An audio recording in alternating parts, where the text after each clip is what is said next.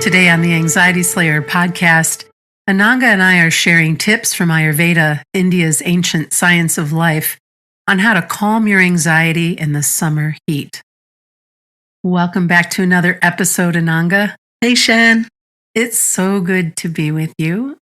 Summer anxiety is different than the anxiety that we experience the other seasons of the year. How so?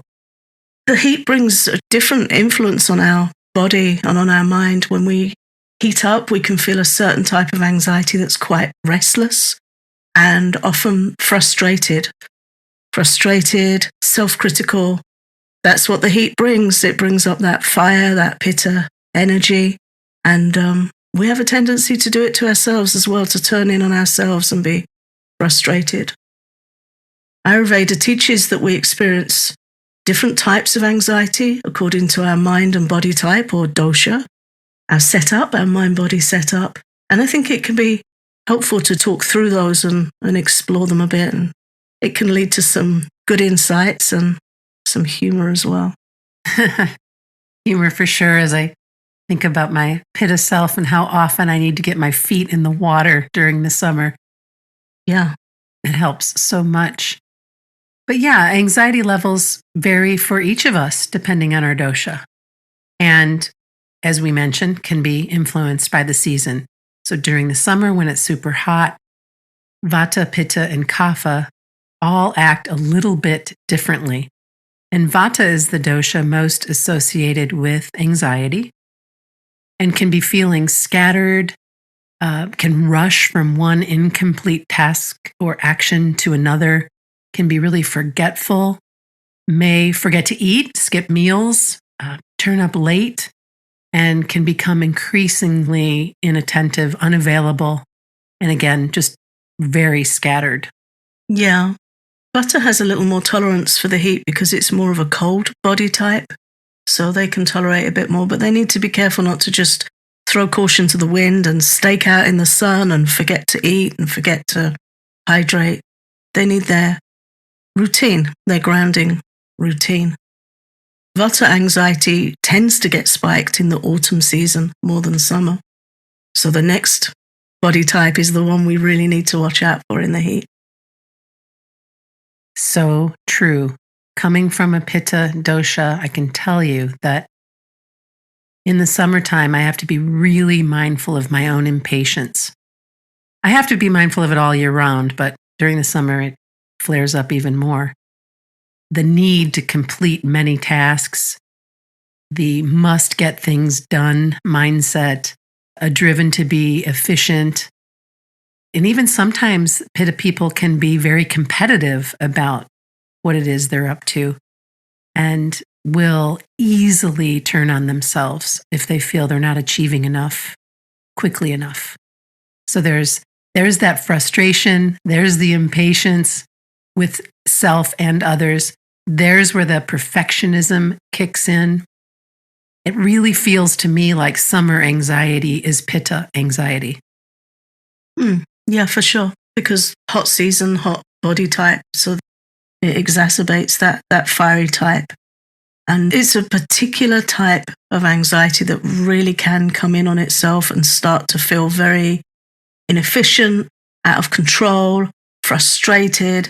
And it's a difficult season when the heat really comes up to feel like that, because what we need to do is respond to the heat by slowing down, by cooling down. I have to do things very slowly when it's hot, or I become quite confused and very inefficient. So it's a challenge. It's a real challenge. And of course, Pitta always wants things to be efficient, functional, scheduled, the same, ticking over. They're very quick when they're overheated to point out what others are doing that's inefficient. I see it every summer on the UK roads. You see these guys and they're just angry in their cars. The heat really affects them. That pitta physiology that doesn't do well when you don't know how to sail through it peacefully. And it's very easy to start picking at others, picking at ourselves. People get angry. Then the tendency in the summer is to try and enjoy yourself by staying up past 10 p.m. and adding alcohol to the mix is the worst thing you can do for elevated pitta, we need to go to bed cool and calm Yeah. and peaceful. When pitta's elevated and there's external heat as well as internal, they'll argue with anything. They'll argue with household appliances. And if they stay up late, they get hangry. They get hungry and angry. They have to eat again, and then they're going to get heartburn, acid indigestion or something. It's a whole thing, a whole package, which is very difficult to live in and difficult to live with. So lots we can do once we understand how that works. And then there's kapha, and the kapha dosha during the summertime is more low energy, fearful. There's inertia there. That there's a tendency for comfort eating, and also for more depression versus anxiety, for more feeling low and wanting to hide out. Yeah. I mean, that's how kapha rolls anyway. Their tendency is more towards inertia and low energy, low mood, comfort eating. Again, kapha's a cold body type. So sometimes they can get a bit of a break with the heat of the summer. They have more tolerance for the heat than pitta that's already fiery. I know somebody that's kapha vata, dual dosha, and they just can't get enough heat. They're a very cold body type, and they can really tolerate the heat, and they become quite energized by it. So different body types, and it's important for us to learn our different nature, our different type, and how to work well with it. So kapha can get a bit of a break in the summer. They can suffer more in the winter and the spring. But again, you need to be careful to move gently at the cooler times of day and not to suffer too much from inertia. Keep the mind uplifted and engaged so they're not feeling low. But it's the pitta fiery type that's really going to experience that more summer type of mental frustration and anxiety. And for all of the doshas, it's important to keep hydrated this time of year. Coconut water is a wonderful choice, both to drink coconut water and as well as to use coconut oil on your skin if you want to switch from sesame oil, or if there's a different oil that you use in the winter. Coconut oil is nice and cooling. And then watermelon is one of the best fruits that you can have during the summer to stay hydrated. And it's tasty and it's so good for you. And you can make different smoothies with it or just, chunk it up and eat it. It's really, really good for your body. Yeah, a real remedy for heat. In Ayurvedic medicine, one of the remedies for burns or sunburn is to rub the rind of watermelon on the skin. So cooling. So yeah, I have some knowledge about seasonally what's good. We don't need too much ice because it impairs our digestion. It's quite shocking to the stomach. We always go immediately for the iced drinks. It's too much. So coconut water, mint tea. We'll come on in a minute to talk about cooling teas. But yeah, gentle hydration, consistent hydration. And it's very easy to forget how much we need to drink when it's hot. But we don't want to drown our digestive system out with too much cold. I like to just keep a mason jar full of spring water near me. I just like to have it there so that I can see it and it reminds me to stay hydrated. And I've had really good success with that, just keeping one full, keeping a glass full and around, and doing the same thing with tea or whatever else I might be drinking. But mostly spring water is in the summer visible and something that I'm sipping on all day long. Yeah, and that's really the Ayurvedic recommendation, is that we sip regularly, not that we're taking big glasses of iced water. I have a copper flask that I keep by me. I think it was a litre. So fill that up first thing in the morning and have that by me to remind me. And it keeps the water cool, not cold, but it's pleasantly cool. Mm-hmm. Lid on it, so it keeps it clean, and that works for me. Yeah, whatever works to just remind us to keep sipping something. And if we're feeling anxious, we can add rescue remedy to our water for some extra support. I added some natural calm to my water this morning because I woke up just feeling a a little twitchy and was really grateful to have that option and to remember how helpful and supportive just a teaspoon is with a glass of water. So natural comes the magnesium supplement. Yes, thank you. Yeah, in the heat we can be perspiring more and we're losing more trace minerals from the body. So sometimes we need that extra support. This is also the time of year to avoid hot and spicy, pungent foods. We want to stick away from things that are oily, salty, citrusy, or sour. We want to stay away from caffeine and alcohol as much as possible. For the reasons that you mentioned earlier, alcohol is like pouring gas on a fire, especially for Pitta people. And you taught me, Ananga, that in India, alcohol is referred to as a hot drink because of its fiery nature and effect. Yeah. So this is one of the reasons why if you can replace your alcohol with something else, it would probably be a good idea. When it's already very hot in our environment, we need to apply gentle opposites if we want to have a peaceful experience. That's something we need to weigh up. And you also want to keep your diet very light and very cool and simple during the summer months. This is when a simple plate of rice and vegetables is a good idea. Coriander is a good spice for this time of year. This is when we want to really enjoy the sweet, juicy, cooling fruits that are available to us, like red grapes and melons and mangoes. Right now in Traverse City, all of the wonderful cherries are available that we grow here. The sweet cherries, we had so many of them last night. They were so yummy. This is the time to enjoy them and to just remember to keep your diet light and cool. Yeah, we don't need to be eating such heavy meals. In the winter, we can eat more heavy meals. So we've got that metabolic energy to keep us warm. We don't need that in the summer. We're warm enough so we can eat more lightly. And nice to take advantage of seasonal. Local is always best if we possibly can. Sometimes I'm concerned that my contents of my fridge have racked up more air miles than I ever will in this lifetime. I find that really quite concerning. I'm always looking for more local, organic produce and would dearly love to grow more of my own as well. But look for what's seasonal. Zucchinis, summer squashes, summer greens. Ayurveda teaches that the property of greens available changes according to the season. In the winter, they're slightly heating, the sort of greens that are seasonal in the winter. And in the summer, they're slightly cooling, which I think is just such a beautiful reflection, such a beautiful gift from nature to think on that.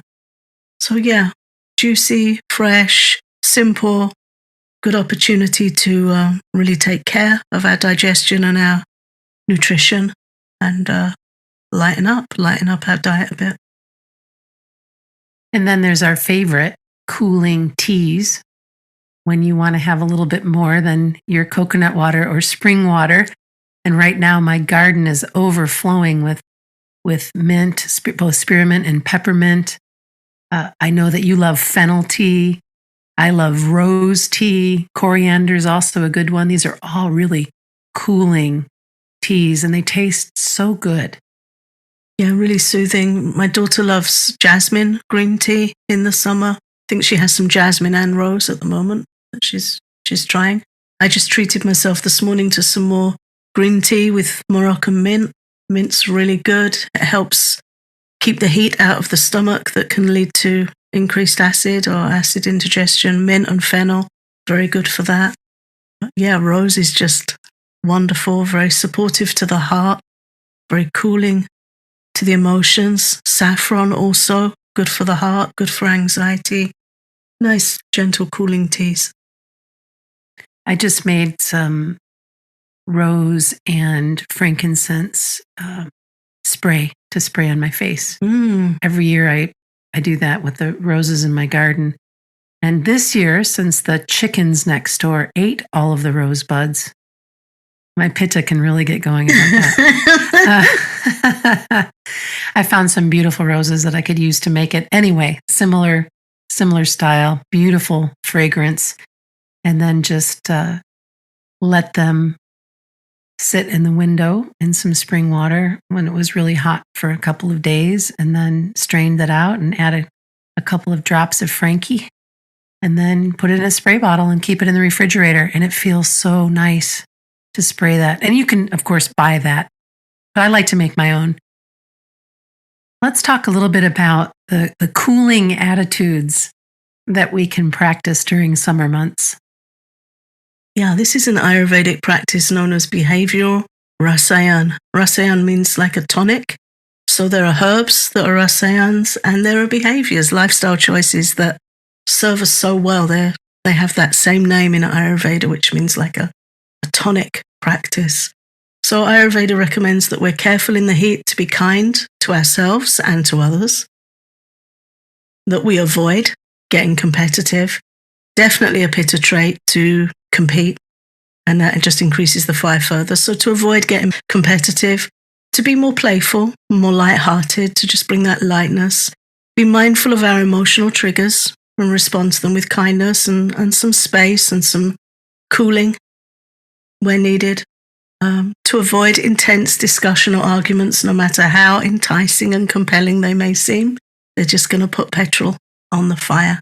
And again, look for the humor in things. Pitta types can be incredibly funny and observant and playful. And that's really where we need to go in the summer to take some cool showers, use some nice scents like rose and lavender, as we've already shared, and really just step back and look for the humor, look for the levity, and let the heat pass as calmly and coolly as we can. And there's nothing quite like the ability to laugh at yourself and not take yourself too seriously. What a gift. Yeah. And Pitta can do it incredibly well. Pitta types can be extremely funny. They're intelligent and they have excellent observational powers. Pitta lives also in the eyes. There's a fire of vision and taking in information in the eye. It's called alochaka pitta. It's a sub-quality of pitta, a fire of perception. That's the word I was looking for. So, pitta sees everything. They're super observant and they can have really great observational humor. And if we can turn that not on ourselves, but to ourselves, and just bring a little levity, pittas can be very, very funny and let off some steam in that way. Today, we want to share a cooling and calming breathing practice with you that is perfect for the summertime heat. Ayurveda and yoga both share a collection of breathing practices for health and peace of mind. And one of these practices is especially helpful for cooling the body and calming your nerves. And it's called Sitali. Sitali is recommended in the summer months for cooling heat in the body and in the mind, calming anxiety, reducing anger and frustration, and it also helps relieve fatigue from the heat. So this is the perfect breathing practice for this time of year. How do we practice this, Ananga? This is an interesting breathing practice because we need to do something that's actually genetically hereditary. Not everyone can do this. So we'll give an alternative if you're not able to do this. You form your lips into an O shape. So your lips are like pursed and slightly open. And then stick your tongue out slightly and curl the sides of your tongue up like your tongue's becoming a tube or a straw. And some of us can do it, but not everyone can. Apparently, it's a genetic thing. I'm really grateful that we're not on video right now. Yeah, me too. Definitely. So you just curl the sides of your tongue up and then breathe slowly as if your tongue's like a bit of a straw. And then as the breath comes in, it cools the tongue, cools the sides of the tongue, and cools your mouth, and consequently cools your blood. And then you close your mouth and breathe out through your nose, and then breathe in again through your tongue. Dogs pant. Different living beings have different ways of cooling down using breathing, using that kind of thing. So this is a yogic way for us to do it. If you can't curl your tongue up, you can just put the tip of your tongue behind your top teeth, as if you're saying the letter L, and breathe in through your slightly open teeth, and then just let the air go over the base of the tongue. And just breathe in really slowly and feel that cooling effect. It's very calming, very good for calming the heat down in the body, but it also calms the nerves as well. And I can see, I've done both, and I can see how they both are quite cooling. So not to worry if you can't curl your tongue up.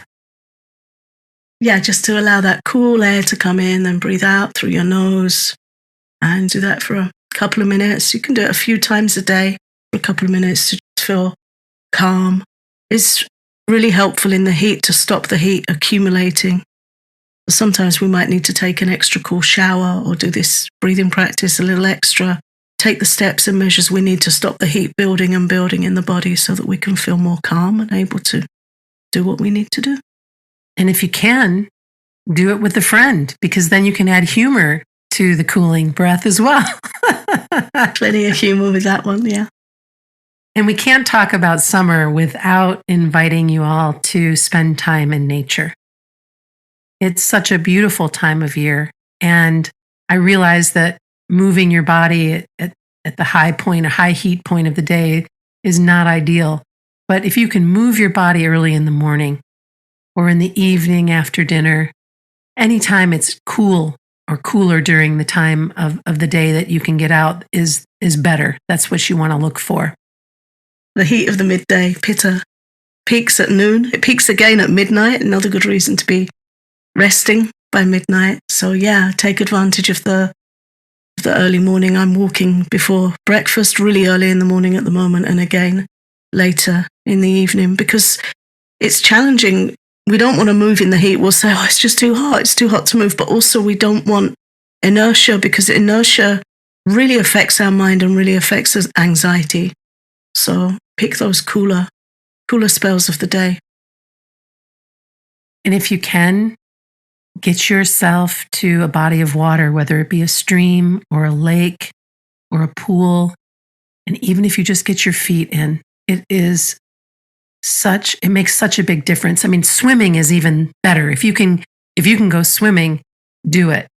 But if you just get your feet in the water, it makes such a difference. I'm so grateful to be close to Lake Michigan and to be able to do that whenever I feel like I need to cool down.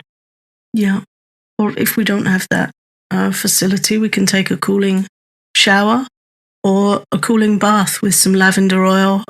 Maybe make an oat bag and run it under the taps so that we're naturally having that kapha energy of oats, very soothing, very smooth and moisturizing to the body. A nice cool oat bath or a salt bath with some lavender oil, and just allow ourselves to sit, not too cold, but pleasantly tepid, so that we can cool our blood down. And that's also a place you can do a guided relaxation or some breathing practice. And we also invite you to take mindful breaks in the summertime that will help you kind of step out of that cycle of rushing and doing and to-do lists, which create worry sometimes, which can easily get you into a flare-up of anxiety. Carve out time to breathe. Carve out time to rest. Even a 15-minute break.